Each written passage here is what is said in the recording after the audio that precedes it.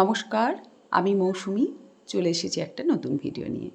আজ একটি বিশেষ দিন, আজ হচ্ছে মাতৃদিবস। কিন্তু মায়েদের জন্য কি একটা বিশেষ দিন ধার্য করা যায়?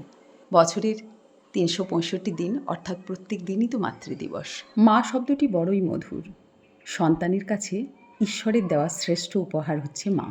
মা মানে পৃথিবী, মা মানে অফুরন্ত ভালোবাসা, আদর, যত্ন, স্নেহ, মায়া, মমতা সব কিছু। আজ মাতৃদিবসে মা তোমাকে জানাই প্রণাম, অনেক অনেক ভালোবাসা, আদর। তুমি ভালো থেকো মা, সুস্থ থেকো।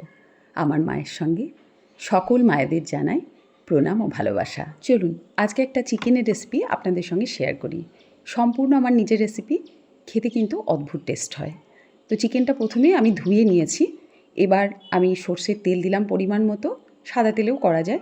সেখানে গোটা গরম মশলা আর গোলমরিচ কিছু আর দুটো শুকনো লঙ্কা ফোড়ন দিয়ে পেঁয়াজ দিয়ে দিলাম। পেঁয়াজ ভালো করে একটু নেড়েচেড়ে ভেজে নিতে হবে। তারপর আদা আর রসুন থেতো দিয়ে ভালো করে ভেজে নিলাম। তারপরে এর মধ্যে দিলাম 1 চামচ জিরে গুঁড়ো, 1 চামচ ধনে গুঁড়ো, 1 চামচ কাশ্মীরি লঙ্কার গুঁড়ো, পরিমাণ মতো হলুদ, আর দিলাম মাটন মশলা।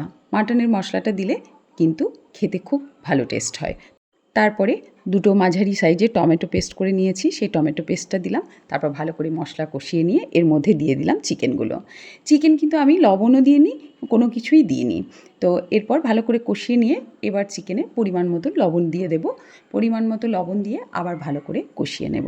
কষাতে কষাতেই ঢাকা চাপা দিয়ে কিন্তু এই রান্নাটা করতে হবে। এই রান্নার টেস্টটা কিন্তু ভীষণ ভালো হয়। আপনারা কিন্তু বানিয়ে এভাবে বাড়িতে একবার দেখতেই পারেন। ফ্লেমটা অবশ্যই কখনোই হাইয়ে দেবেন না, একটু লোতে রেখে কষিয়ে কষিয়ে রান্নাটা করতে হবে। এরপর ফেটিয়ে রাখা টক দই দিয়ে দিলাম। পরিমাণ মতো টক দই দিয়ে ভালো করে চিকেনটা কষাতে হবে। টক দই দিলে কিন্তু আরও বেশি জল বেরোবে, যেটার ভাবে চিকেনটা সিদ্ধ হয়ে যাবে। চিকেন তো তাড়াতাড়ি সিদ্ধ হয়, সেই জন্য কোনো অসুবিধা হবে না। চিকেনটাকে ঢাকা চাপা দিয়ে রান্না করে নিতে হবে। চিকেন সিদ্ধ হয়ে গেলে অল্প এরকম গ্রেভি থাকতে থাকতে এর মধ্যে দিয়ে দিতে হবে অল্প একটু বাটার, আর ওপর থেকে ছড়িয়ে দিতে হবে কসুরি মেথি। তারপর নাড়াচাড়া করে গ্যাসের ফ্লেম অফ করে স্ট্যান্ডার্ড টাইমে কিছুক্ষণ রেখে দিতে হবে। তারপরে কিন্তু খেতে হবে। এই চিকেনের এই রেসিপিটা কিন্তু অল্প সময়ের মধ্যেও হয় আর খেতেও অদ্ভুত লাগে। আপনারা কিন্তু বানিয়ে দেখতেই পারেন চিকেনের রেসিপিটা কেমন লাগছে।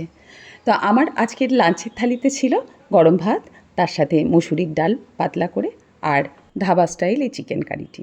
যারা ইউটিউব থেকে ভিডিওটি দেখছেন তারা চ্যানেলটি অবশ্যই সাবস্ক্রাইব করে দেবেন, আর যারা ফেসবুক থেকে ভিডিওটি দেখছেন তারা পেজটি ফলো করে দেবেন। আবার ফিরবো নতুন ভিডিও নিয়ে। ভালো থাকবেন আপনারা।